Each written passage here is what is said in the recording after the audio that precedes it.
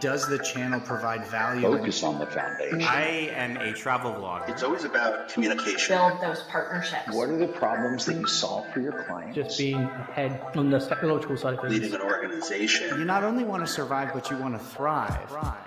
They said it wouldn't last, and they said that you can't drive profitable and incremental revenue through the affiliate channel. But here we are, 20 years later, and the affiliate channel is alive and kicking and generating profitable revenue for thousands of retailers across the globe. Hi, I am Jamie Birch, your host of the Profitable Performance Marketing Podcast, where we talk to some of the industry's best and brightest about their careers, about leadership, and about how to drive profitable revenue through the affiliate channel. Hello, everyone. Welcome to today's episode of the Profitable Performance Marketing Podcast. My name is Jamie Birch. I am your host and founder of JEBCommerce, the award-winning affiliate management agency. Just celebrated our 19th year, heading into 20. And today we have a special guest. He's one of the only people in our second timers club, Michael McNerny from MartechRecord. I met Michael when he was at Partnerize, his first foray into the affiliate space. And today we have him on the podcast. Before we go into the episode, if you are an advertiser looking for help with your affiliate program, then you definitely want to check out JEBCommerce.com/elements. On that page, we outline our 4 different tiers of service, exactly what you get in there and what those costs are. So you can really easily figure out what you need and who services those. That's something that's been missing in our agency space, a little transparency into the services provided. You get that over at JEBCommerce.com/elements. Now, today, Michael and I talk about what's been going on at MartechRecord. The day after we recorded this, they celebrate their 3-year anniversary with an event in New York. And a lot's gone on in those 3 years. Their premier product has been a buyer's guide for the networks. And since then, they've added a Slack group and a whole bunch of other things. They do some of the best webinars in our space, really objective information about the affiliate channel and the players and services available in that channel. Definitely reach out. But today we talk about B2B marketing. We even talk about AI and product reviews and reviews in general. So this is a really great podcast. If you want to learn more about MartechRecord, which if you're in this space and you're listening to this podcast, you probably do, you definitely want to reach out and join that Slack channel. It's really, really good. If you want to learn about B2B marketing, this is also a really good time to take a step back and listen to this and see what Michael and MartechRecord has done from a B2B marketing perspective. What I want you to see is the beginning and end is their mission. Help you make better decisions at work. That's their mission. It's so clear and succinct. I'm not in that organization. I can tell you exactly what it is. There's definitely a lot to learn just from that, but also how important it is to create content that your audience wants first and to be solely focused on that mission of helping them make better decisions at work. Everything comes from that, and they've been able to grow. Monetization comes from that. So there's a lot to learn as affiliates there as well. And sometimes as advertisers, we forget that as well. So definitely give this a listen. This is Michael McNerny, my conversation with him from MartechRecord. Well, welcome to the Profitable Performance Marketing Podcast. We have today Michael McNerny from MartechRecord. This is your second time joining us. Thanks for dealing with my repeated rescheduling and joining us for the podcast today, Michael. Well, I appreciate it. I was watching SNL this weekend, and Emma Stone got her 5 timers jacket for hosting 5 times. And so I'm just trying to get to 5 times because I assume there's some kind of gift or yeah, but we definitely have 2. And I think we'll have 3 2-timers on this season of the podcast. So maybe we'll start the jackets. I think they got robes this time. Was it robes for 5? Yeah. I'm looking at the saddles behind you. There's something that could, that could go there. Let's, maybe we'll do something Western theme. Yeah. I think I've shared this on the podcast this season. We were having a remodel. And as I was sitting down to record a few of these podcasts, they're just starting to demo walls in our living room. I had to rush everything out to our tack room. It's the only area that gets Wi-Fi on the whole place that isn't in the house. So yeah, coming to you live from the tack room. The only affiliate podcast that comes to you from a tack room, I'm sure. That's what we should put on the tagline for sure. Exactly. Well, I'm happy to be here. Yeah, thank you. Now, you're not coming from a tack room. Where in the world are you today? No, I'm not. I'm coming to you from the Upper West Side of Manhattan, very, very far from a tack room. Well, there are horses. There's Central Park and there's the police Yep, horses. yep. The On handsome cabs. West 76th Street in Manhattan. Outstanding. Well, for our listeners, if you don't know Michael and MartechRecord, definitely you want to go back to the first season of the Profitable Performance Marketing Podcast, where we had Michael on and talked all things MartechRecord. So we won't go into how you came to be and all that, but you guys are now, is it 3 years old now? Yeah. It's about, actually, our event tomorrow will be the 3rd year anniversary. So we're fantastic. Well, congratulations. Tomorrow, really, yeah. That's awesome. We celebrated 19 years in October. So we're on Wow. our 20th. Maybe you can have me on your podcast when you hit 20. Gosh, I'll be Hopefully old as hell. Yeah. So why don't you give us a primer? What is MartechRecord? And then I'd love to hear, since we were last on together 2 years ago, what have you guys been doing since then? Yeah, put very simply, MartechRecord is an independent trade publication that covers the affiliate marketing and commerce media industry. And what does that mean? In simple terms, it can be a complicated industry when you're choosing technology, services, partners, and any growing and complex industry needs an independent source to review those products, highlight best practices, and bring the industry together. And so our main objective is just to give you information to make better decisions. So if you work in that space, you should be subscribing to MartechRecord. You guys have several different elements. Talk to me about the different ways that people can engage with MartechRecord. Yeah, that's the challenge of being a B2B publisher, is how do you get people information where and when they need it? And I think what I've learned in the last 3 years is there are just different types of people when it comes to consuming information, and you've got to be present in those locations. And so for us, we have an email newsletter that goes out once a week, and there's a good core of our audience that's the way they interact with us, is they open every newsletter. They're passive consumers of information. And then there's Slack, and that's probably the newest form of B2B media, as I'd call it. Is we've got a kind of 3,500 person Slack community. These are like the anti-newsletter people. These are just the very active people. They want to ask questions. They want to connect.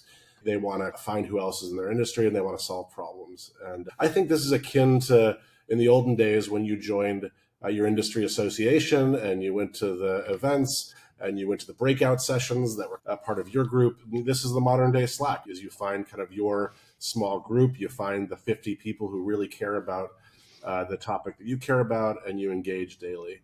And then we've got our kind of events group. And these are people who attend all of our webinars, who go to our live events that we have, and are very kind of event driven, very networky type of people. So those are the main buckets. Is you go to events, you interact on Slack, and you open our newsletter. Of course, there's people who cross all three, right? And who are the heavy users, who are really the heavy networkers in the industry. But that's really our distribution. And because it's digital, it's also how we acquire a lot of content, because people post things in Slack and they come to events and they speak. And we learn a lot from the people who are part of our community.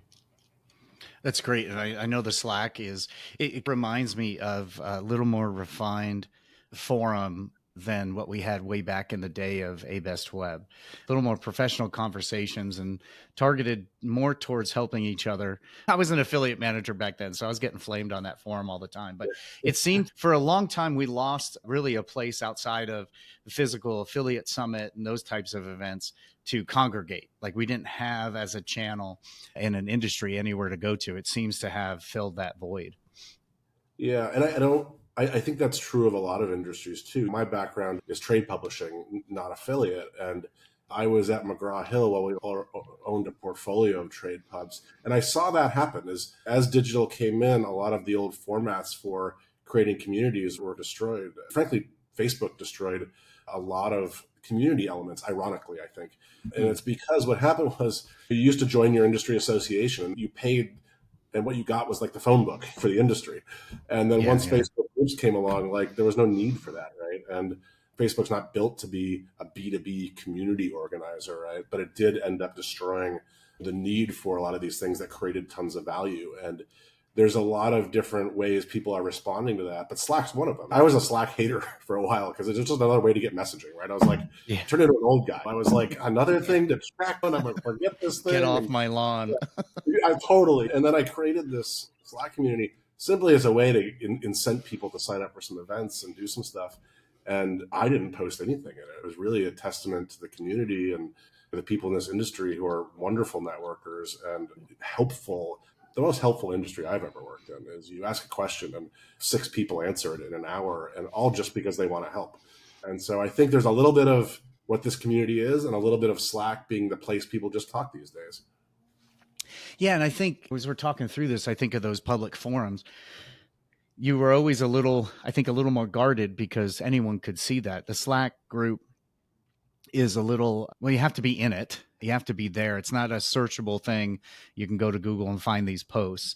So I think there's a little bit of protection from that allows people to, I think, be a little more open and honest and vulnerable and share a little more. Yeah, you had to get into that group. It's not like this isn't Skull and Bones or something, but you have to have engaged, right? You have to have signed up for an event, reached out and said, I want to be part of this. You have to be recommended by someone else in the industry, right? So I think everyone knows that, and it makes you a little more willing to share information when you just have a little bit of that trust in how people got there. And so tell us about some of the really unique pieces of content you created. I know one of the things you did was the MartechRecord did was a network comparison and a guide to choosing a network. And I think you guys are really uniquely positioned to do that. I think the only other group in the history of our channel that would be positioned to do that would be like agencies.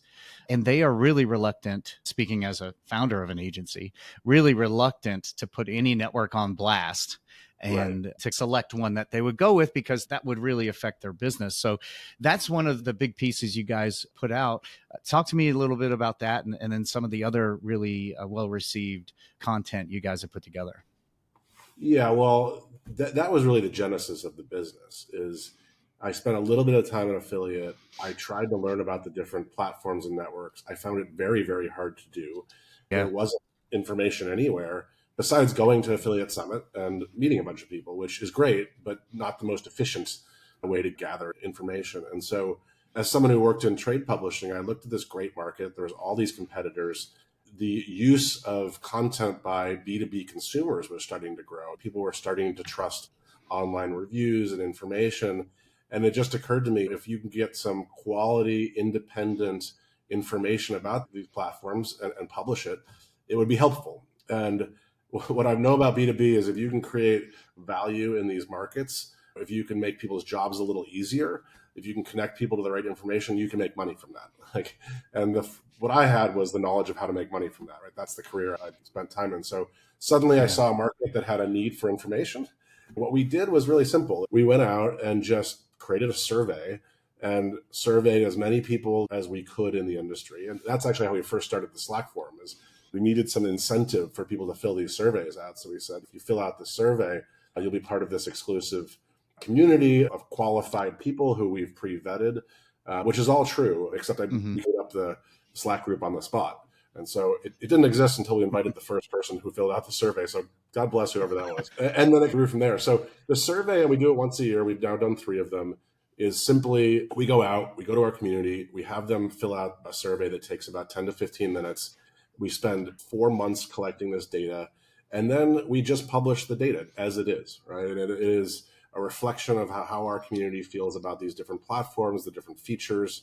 And I hopefully think it's a pretty useful way for people to decide which platform is best for them. And it's also really meant to be a useful tool for agents, because an agency should provide recommendations to its clients, and they're very qualified. They're the most qualified people out there to provide a recommendation on which platform.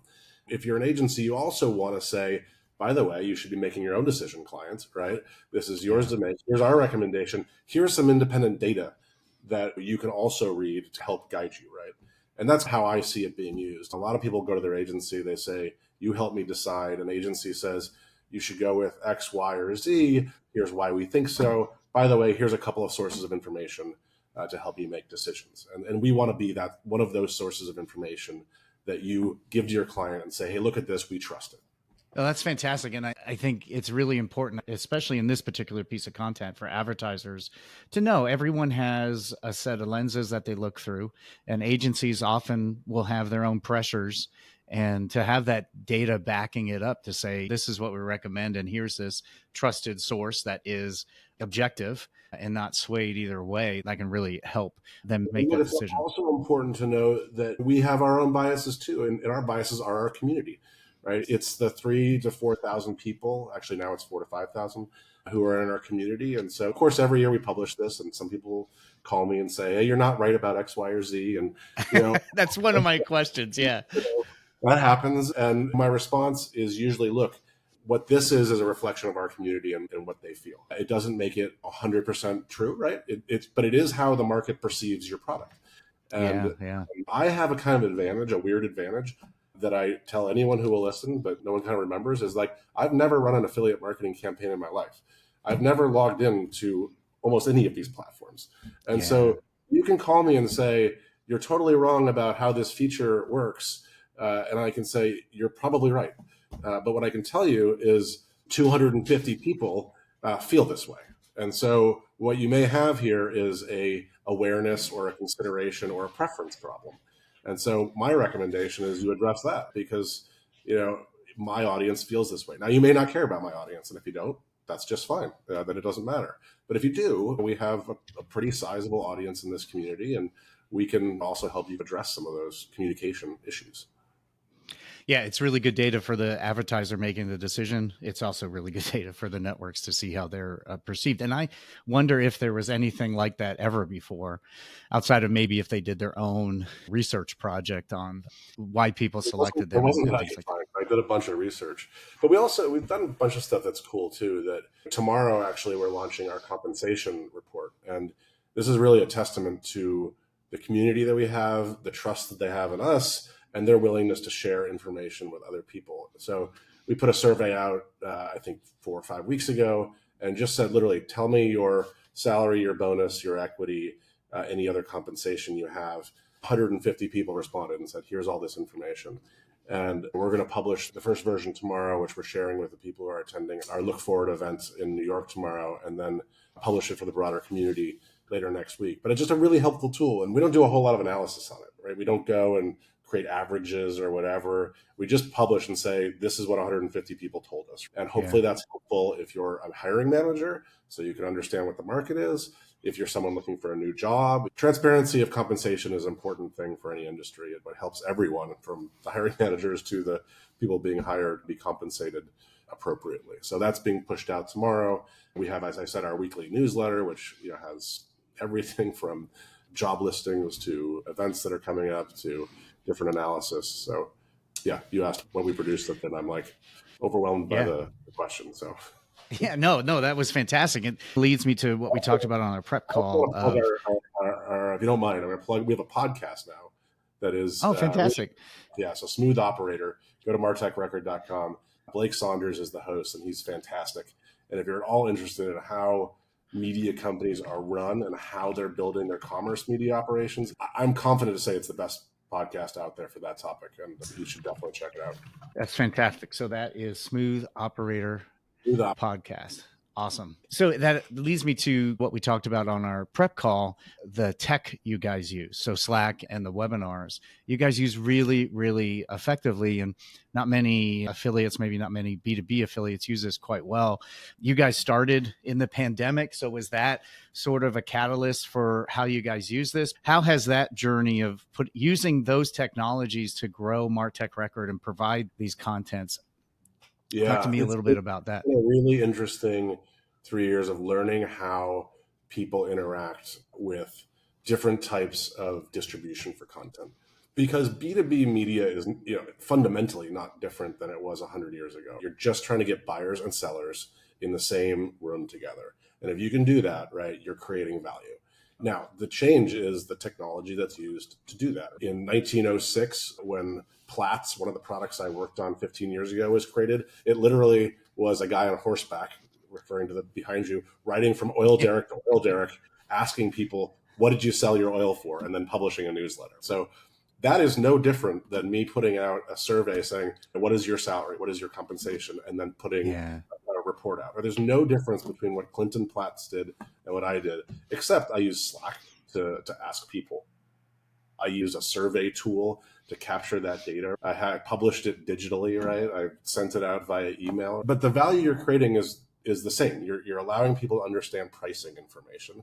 That allows them to make a decision faster and better than they would otherwise, right? I probably do that quicker than Clinton Platts did because he had to ride all the way around Texas and publish that newsletter. You probably would have enjoyed that. Well, I got a horse for you. If you need to ride around to get some of this data, let me know. I'll go with you. For those of you who haven't filled out the survey, just wait till I show up on Jamie's horse, knock on your door.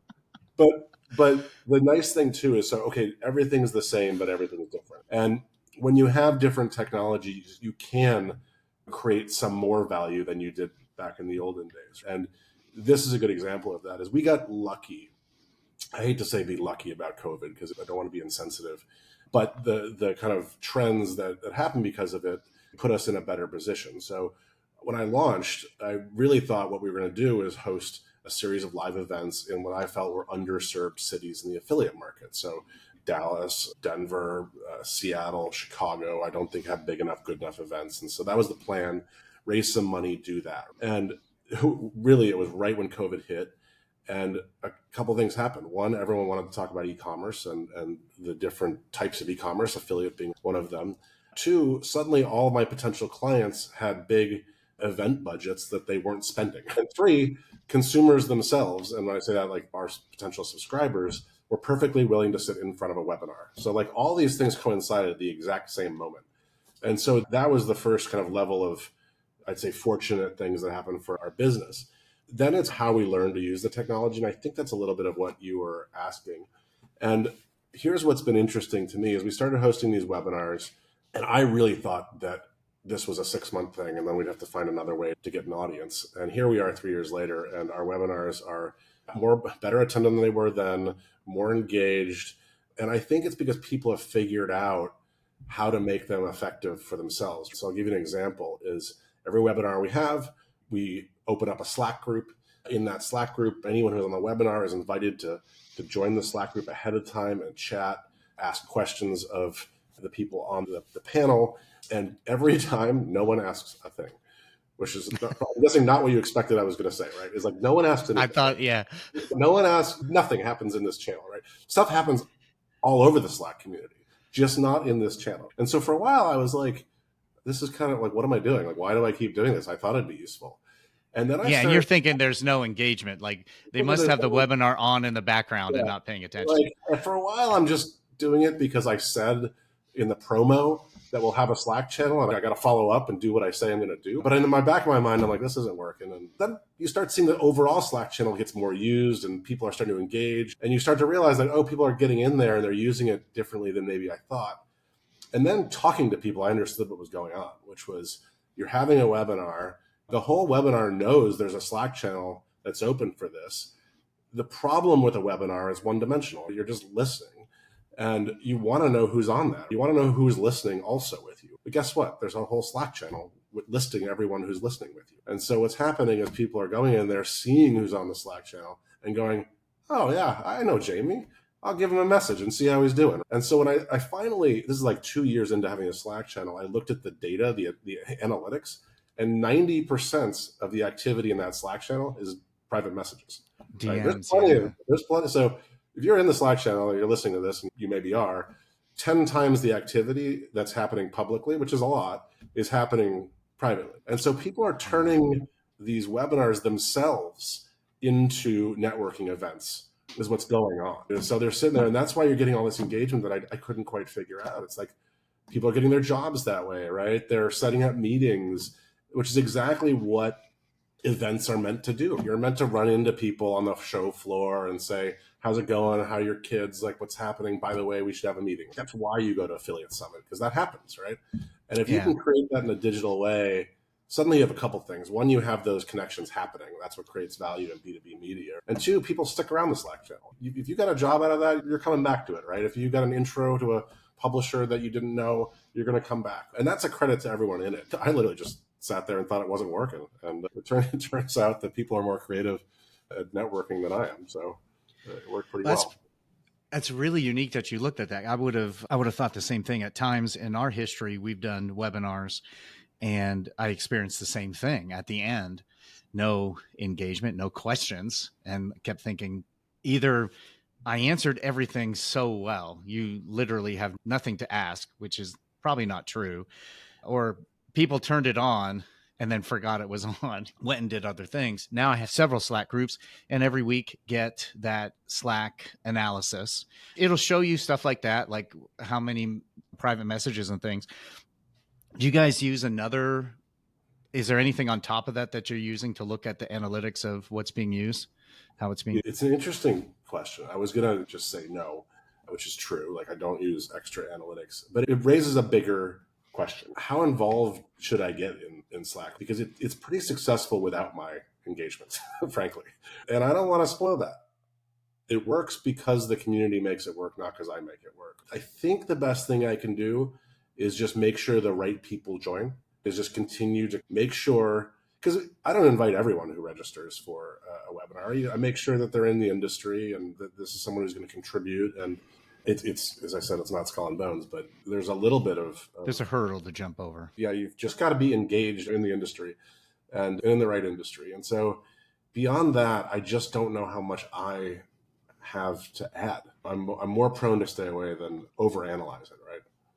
Yeah. Have you seen these types of tools being used by affiliates to generate leads or revenue, especially B2B? One of my first jobs was in the B2B space, and it's definitely a more challenging, I think, than direct to consumer. Are you seeing affiliates use these types of technologies and Slack and that thing to build community, to generate, whether it's like brand affinity or revenue leads through affiliate channels? Well, I think any communication that happens in a B2B channel is ultimately sales on some level. What differentiates the Slack is it's not direct sales, it's relationship building. And so, yeah, there's a lot of people who ask questions like, hey, can I get an intro here? Can I get an intro here? And that's definitely lead generation. I don't think it's lead generation the way we probably think about it as marketers, right? Sending out a blast, counting the number of people who responded. Yeah. This is more the next phase of it, which is you already trust who I am. You're probably not going to respond to me if you don't. But I'm asking a question that's legitimately, hey, I need some help doing a job. And so I think that's more the kind of consideration phase of marketing than the top of the funnel stuff. And I think everyone is respectful of the fact that we're all trying to get our job done. And so I don't know if that answers the question, but people definitely use it as a sales tool. It's definitely not a business development, BDR, blasting out emails or whatever. Right? Yeah. But it's a way to learn. It's a learning tool. And if you learn, you're a better salesperson. You're better at your job overall. So maybe that's definitely. And one of the things as we were getting ready for this that I wanted to dive into is the content you guys are producing in the webinars specifically, and the guests you have, the speakers you have on these webinars. Yeah. So many times they're either from an organization I have never seen speak at an affiliate event or anything like that, or they're just an individual, kind of like on this podcast. Most of the people on this podcast, over 94% have never been on a podcast. You have really unique presenters and speakers. How do you decide like what content you're looking to produce and who's going to be on those webinars? Well, it's probably naivete. As I've said, like I didn't come from the affiliate world. It's embarrassing to say this, but I hadn't even heard of affiliate before I got recruited by Partnerize.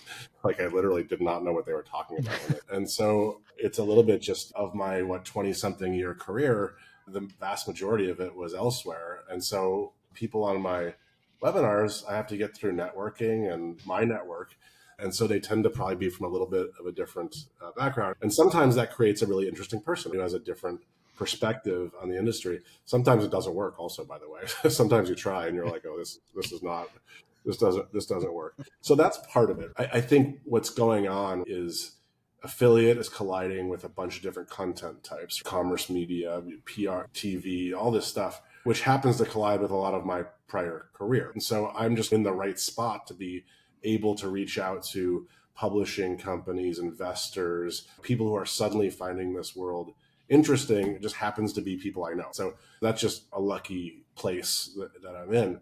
The second is through effort, right? So what I try to do as hard as I can is make sure whoever is going to be on our webinars is interesting.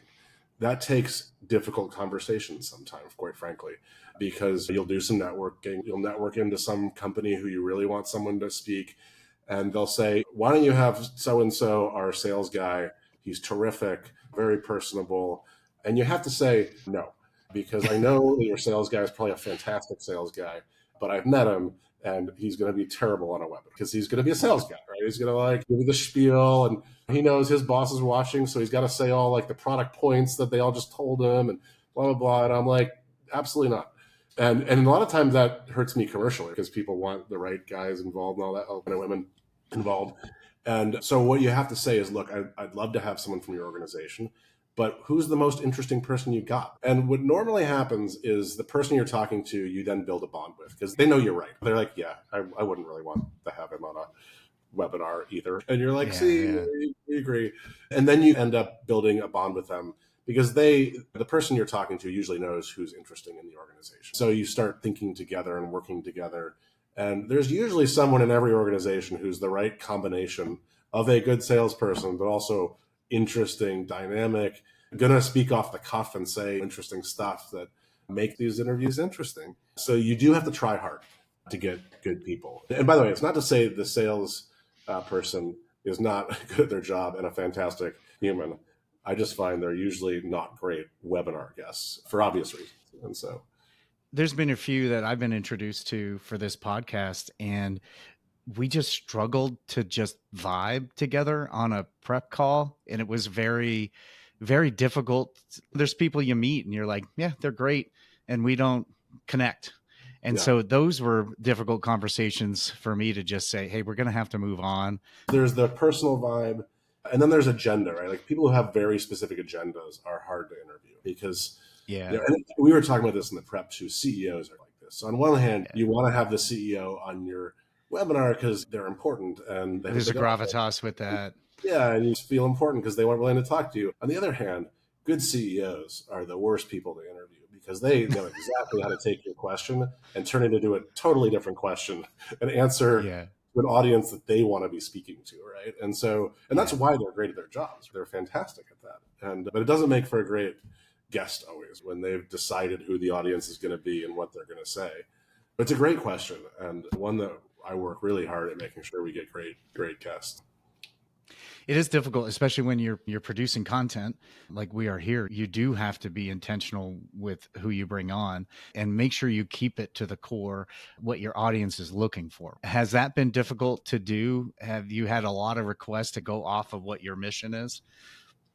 Yeah, all the time. And you have to have clarity around what you're trying to do. And for us, that clarity is we want to help you make better decisions at work. And that's how we evaluate every piece of content. Is this going to help a publisher, an agency, or a brand make a better decision? And if the answer is yes, great. Let's move forward with this content. And if it's not, then you got to wonder why you're doing it. That's what happens with a lot of the interviews. Is someone's being forced in and you're like, this person's not going to help the audience get to the answer faster. And if that's the case, just move on. It's a waste of time. That clarity of mission, has that always been the same? Helping others make better decisions at work? Has that been since the beginning? Yeah. Yes. I'm sure that makes it very easy to figure out what you're doing. Yeah. And if you go read our first buyer's guide, that was the first thing we published. I think that's the first line. That has not changed and will not change. It's specific enough, but it allows you also enough flexibility because you can produce tons of different types of content. You can distribute it in different ways.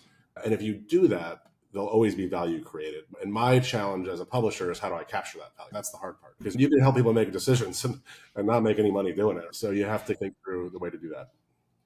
Are you able to share how you guys do that? How do you capture the value as an organization with all this content you're producing and what you're helping the community do?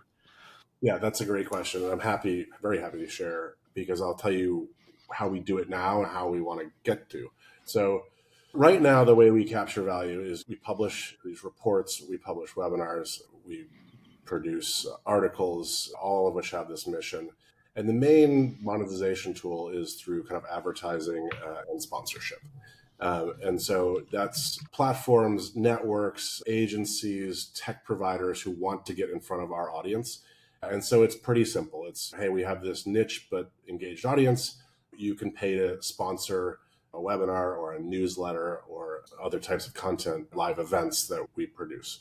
What we want to get to is we're producing much more tangible connections that you're willing to pay for, whether you're a reader who would subscribe. So that has to be a revenue stream in the future. And you would only do that if you're getting information that helps you make decisions on a regular. We want to be able to capture leads for publishers, for agencies, and walk the walk in the performance marketing industry. We want to say, hey, we've passed on someone who eventually bought your piece of technology. There's value, pay us for that. I think we'll get there. And I think there's some barriers from consumers. Like, I don't think B2B enterprise affiliates quite there yet in terms of tracking, but I think we'll get to that point. And we also want to be able to use things like the Slack channel to capture RFPs. So if you're in the Slack channel asking what agency you should use or what technology you should use, what publishers, or actually if you're a publisher looking for advertisers, there should be a way in that Slack channel to fill out an RFP and have that submitted to our advertisers. So let's take JEB. Oh, that's pretty interesting. Yeah, I'll just take you as an example, right? This is already happening. People are asking in the Slack channel for agency recommendations. That has happened dozens of times in the Slack channel. I capture zero value from that, but you would probably pay me if I could make sure that you saw who that was, right? And so what we'd like to do in the future is, hey, anyone who's looking, here is an industry standard. That RFP will go to the agencies who are listed in our directory. So if you go to the footer of MartechRecord, it has an agency directory. JEB is in there. And we will push that to the people listed in the agency directory. We'll probably do it to the ones who are paying. There's a $100 a month fee to be at the top of our list. And that'll be something you pay for. And over time, maybe that turns into performance. You close the deal. Things like that. And you could do the same thing for technology providers, for the platforms, the networks. People ask, we have a standard RFP that makes everyone's life a little easier. Like, RFPs are hard to fill out. Oh, we love them. Right, yeah. no one, exactly. If I can make I especially love the ones that are written by someone who's never worked in the channel. Those exactly. are great. And so if you can create some standards around that and you can help actually make that decision faster for people, everyone gets value out of that. And then I'll give you another example and then I'll shut up. But these are the kind of things I'm really excited about, is something we already have. We really haven't rolled it out yet, but it actually exists from a technology standpoint, is we have the ability for commerce publishers to publish their media kits, right, in our site.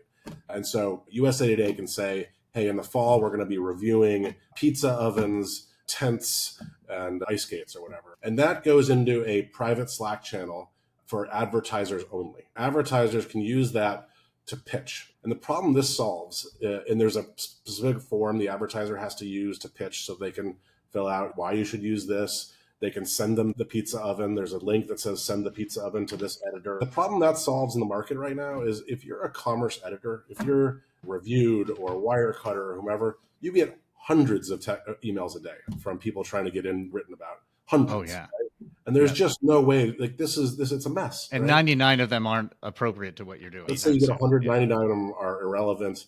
And I know this because people message me this stuff. There's a lot of really bad pitches out there, right? And it makes it hard for the good people to get through, for the JEBs to get through and say, we have a really good product that you should be reviewing. Your job is made 100 times harder if there's 100 emails that are irrelevant around that. So if I can filter those for the industry and say, okay, I have already filtered who's in this private Slack group. It's only advertisers that know what they're doing, that know how to pitch. On this side, I've been able to filter the publishers and say, they're giving you a standardized media kit so you can easily search through it and say, here's what's going to be written about in 6 months. Everyone's job just got a little easier. Especially removing friction from that part of the marketplace. And that's stuff people are willing to pay for. If suddenly it's 100 times easier to get in contact with the right people, and on the other side of it, it's 100 times easier for them to find quality pitches, you can make money from that. That's a subscription product right there, right? And what I've been thinking of as we've been talking today is how this relates to any other B2B affiliate, but also any other affiliate. The one thing I've seen you guys do from the moment we sat down and had lunch here in Idaho and you told me about the idea till now was you're building value to your audience first. That seems to be the sole focus. How to monetize it comes, but the focus on helping others make better decisions at work. Like, I know that mission. I can say it. You've done it and you continue to do it. And these other ways to monetize on top of it.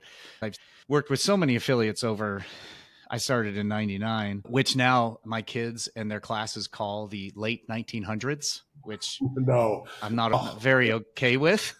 Like, the late 1900s. It's awful. That's what it's referred to now. But I've seen them so focused on monetization and lose what the hell the audience wants. And who is the audience you're trying to build? And then how are you servicing them?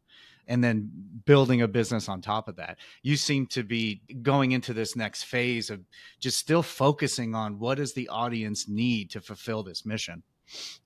Well, I'll tell you, I remember seeing G2 for the first time. G2 is this review site that reviews B2B tech. And it was very clear to me how they built that business. They were really good at two things, search and web scraping. And I couldn't believe how any B2B tech company thought to themselves, oh, this is super useful to the consumer. Because you go in, like you'd read the reviews of the affiliate platforms. It was very clear that no one writing that had any clue how an affiliate platform worked or what someone wanted. Right? And it was very clear to me that people who built the business never thought about that. What they thought about was, we're really good at search. We're great at writing the right search terms so that someone gets to this page. And then they thought to themselves, well, we need content. And they never thought we'll create good content. They just said, well, how do we build a web scraper? We'll just web scrape everything that's associated with affiliate, and we'll populate it. There's no alternative if you're a B2B marketer, but to give them money. Like, there's just nothing better because they aggregated an audience. That's valuable. But I think we've moved on to a next phase in B2B where the tools are now there to actually engage an audience. In G2's defense, like, I don't think the tools were there. At least Slack communities weren't there. Webinars weren't highly used. The best you could do was have a live event, which worked. I'm not too critical of them. I don't know if they had better solutions, but I think that's what ruined a lot of media, frankly, is that the people in charge were good at search and web scraping and never thought. That's why Google and Facebook are the gatekeepers to the industry. They're tubes. They're not content providers. Yeah. I'm a huge optimist. It might be a problem of mine. But like, I believe that we're getting to a place in which, especially with these niche communities, right, where people really want to connect with each other, you don't need search. I don't rely on Google at all. I have no idea how much organic traffic they send me. I really don't know. And the reason I don't know is because none of my advertisers ever ask me. They want to know who showed up at the event, and they want to know the name of the person who showed up at the event, and they want to know the company they work for, and they want to talk to them, right? And if you can get that meeting for them, they're not going to be like, how many unique visitors showed up in July? Like, what do they care? And so that's creating value, right? Yeah, definitely. So a question popped in my mind that we haven't talked about yet. I'm going to go throw it out there, and we can totally take it off this podcast if we need to. But when you're talking about G2 and the scraping, it brought to mind Sports Illustrated being caught building AI reporters and putting out a bunch of AI produced articles. Do you think that's going to be more of a problem? Do you think it allows content creators like yourself, publishers like yourself, to just stand way above? I can almost pick an AI article, and especially a review. They're still pretty damn easy to pinpoint, I think, if you're really looking at it. Do you see that becoming a problem? Does it help you stand out? Like, where do you think that's going to merge in this publisher world? Yeah, it's a great question. And there's like several questions in your question, right? So we'll start with the first part, which will help me stand out. And I think the more niche you are, the more you can avoid this for a while and just create. I don't think there's a lot of people trying to create AI reviews of affiliate platforms. So I think I'm in like a little more of a protected spot there. And I think that the more niche you are, the more people rely on human relationships in the industry. We're talking because we know each other, and a lot of people listening probably know who we are, right? And so I think that it's going to be a long time before AI disrupts those true B2B relationships where the human part kind of matters. I feel like somewhat protected there. The bigger, and this is also part of a different question that you asked, which is, why do you like B2B media? Which is, to me, consumer media is really hard. Like, I find consumer media like so intimidating. You've got to find a way to get all of this traffic. You rely on basically one gatekeeper, which is Google, two, if you're also relying on Facebook, and they change their algorithms whenever the hell they want.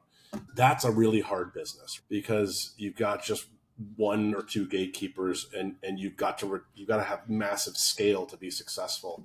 And so they are in the middle of running very, very difficult businesses that this year got even harder. The cost of acquiring users is through the roof. The advertising budgets are shrinking. There's all these market trends that are making being a big publisher more and more difficult today. And so given that, it's not surprising at all that major publishers are trying to lower their costs. And one of the ways you can do that is through AI generating content. Now, I think what'll happen over time is just the same thing that happened to reviews, right? Which is quality will rise to the top and consumers will understand what high quality is, and BS will settle at the bottom, and it'll probably still make money because if you can generate an audience, you can make money. I think we're in a little bit of a weird time because there's no real rules. It seems clear to me that you shouldn't make up a byline and pretend that a human exists. Right. That seems obvious to me. That's a micro example of a macro trend that's not going to stop, whether you and I want it to, is AI is used to lower the cost of creating content because running a media company is expensive and hard.